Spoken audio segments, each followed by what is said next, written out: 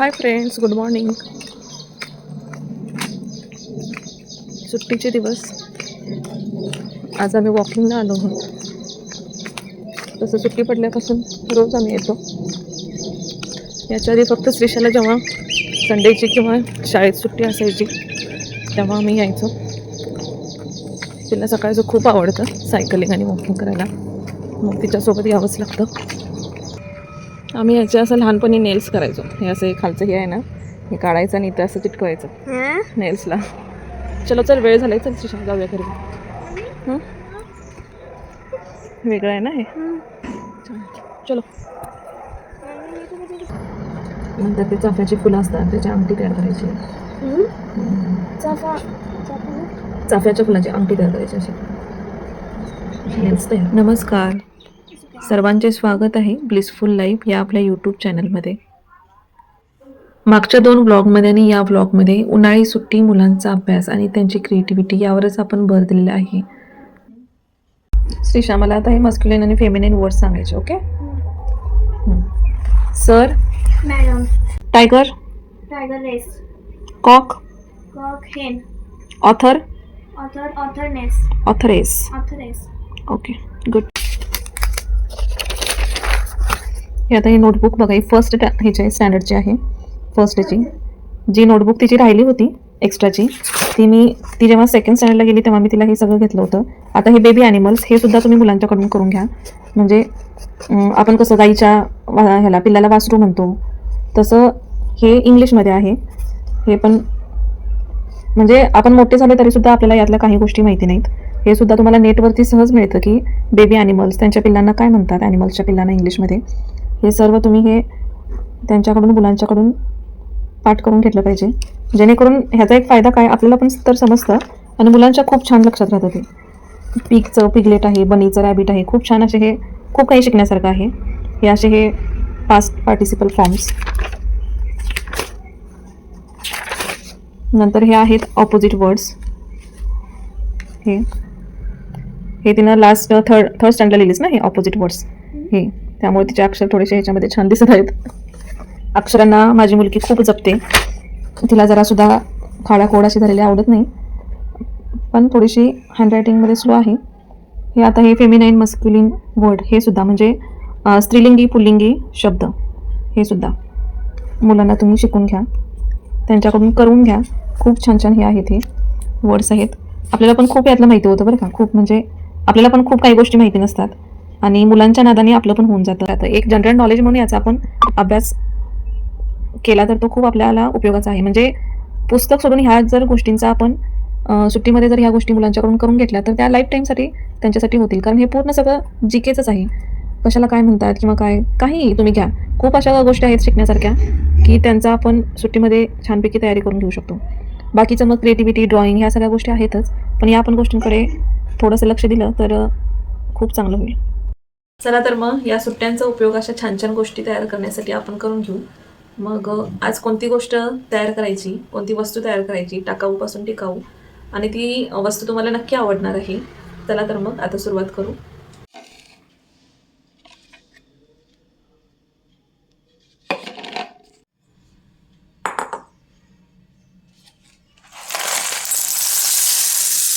आजकाल पालक खूप मुलांच्या बाबतीत जागरूक आहेत. सुट्ट्या लागल्या तेव्हा खूप साऱ्या पालकांच्या तोंडून मी ऐकलं की मुलांच्याकडून या सुट्टीमध्ये नेमके काय ॲक्टिव्हिटीज, काय अभ्यास करून घ्यायचा, म्हणजे त्यांचा तो प्रश्न होता. त्यासाठीच खरे तर हा माझा छोटासा प्रयत्न होता की नेमक्या कोणत्या गोष्टी आहेत ज्यांना आपण थोडासा वेळ देऊन आपण त्या मुलांच्याकडून छानपैकी करून घेऊ शकतो.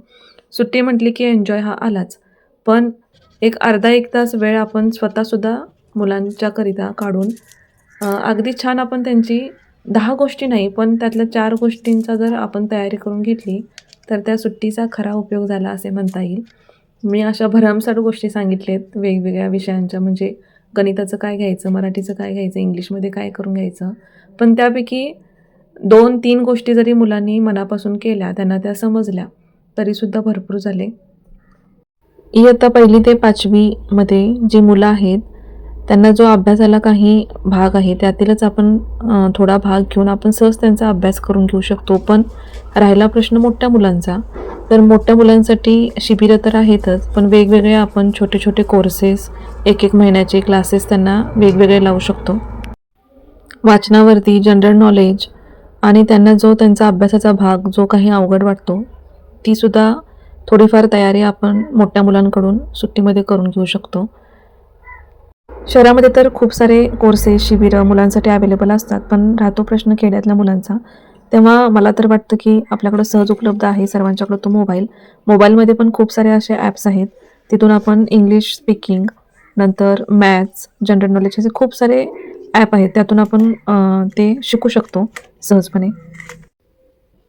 आणि फायनली हे असं छान तयार झालेलं आहे. हा असा श्रीषाच्या एक्झिबिशनमध्ये, स्कूल एक्झिबिशनमध्ये असा हा बनवून नेला होता, लाईक अ पायनॅपल सारखा. ही वरती जी झाडं आहेत ती खूप छान वाढतात, जास्त पाण्याची गरज नाही त्याला. तुम्ही कोणतीही झाडं लावू शकता. घरामध्ये ठेवायचं असेल तर इनडोअर प्लांट, आणि बाहेर ठेवायचं असेल तर कोणतेही आउटडोअर प्लांट लावू शकता.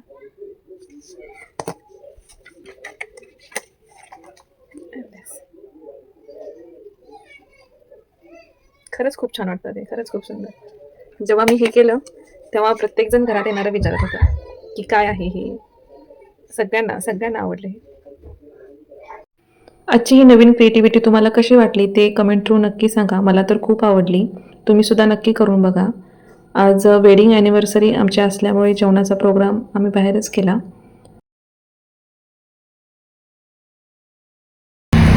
हाय फ्रेंड्स, हा बघा, हा आहे डॉक्टर बाबासाहेब आंबेडकर उड्डाणपूल. रात्रीचा व्ह्यू आहे आणि बरोबर त्याच्या ऑपोजिट साईडला हे आहे आपलं हॉटेल पंचामृत प्युअर व्हेज हॉटेल. चला तर, इथली थाळी खूप प्रसिद्ध आहे. हॉटेल पंचामृत प्युअर व्हेज डायनिंग हॉल. साताऱ्यामध्ये खूप फेमस, व्हेजसाठी खूप फेमस हॉटेलं कमी आहेत आणि त्याच्यामधलं एक हे हॉटेल पंचामृत. चला तर मग आपण आज इथली थाळी टेस्ट करू. हा आहे यांचा एंट्रन्सला तुम्हाला दिसतात गणपती बाप्पा मोरया. आणि गणपती बाप्पांच्या समोर हे असतं त्या दिवशी केलेले पदार्थ.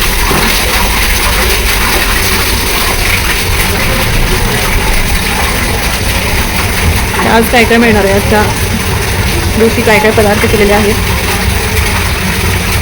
त्याची पूर्ण ही लिस्ट आहे. अनलिमिटेड थाली आहे 320 रुपये.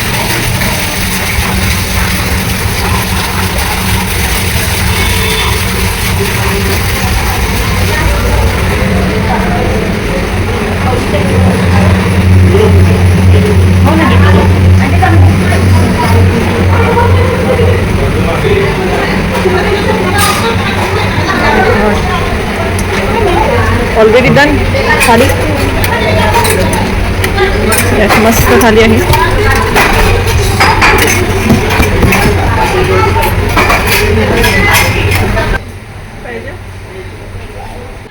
सातारा येथील हॉटेल पंचामृतमधील ही प्युअर व्हेज थाली 320 रुपयाची. ही अनलिमिटेड थाली तुम्ही शेअरिंग करू शकता. सर्व भाज्यांची, सर्व पदार्थांची टेस्ट इथली खूप सुंदर आहे, त्यामध्ये काही शंकाच नाही टेस्टमध्ये.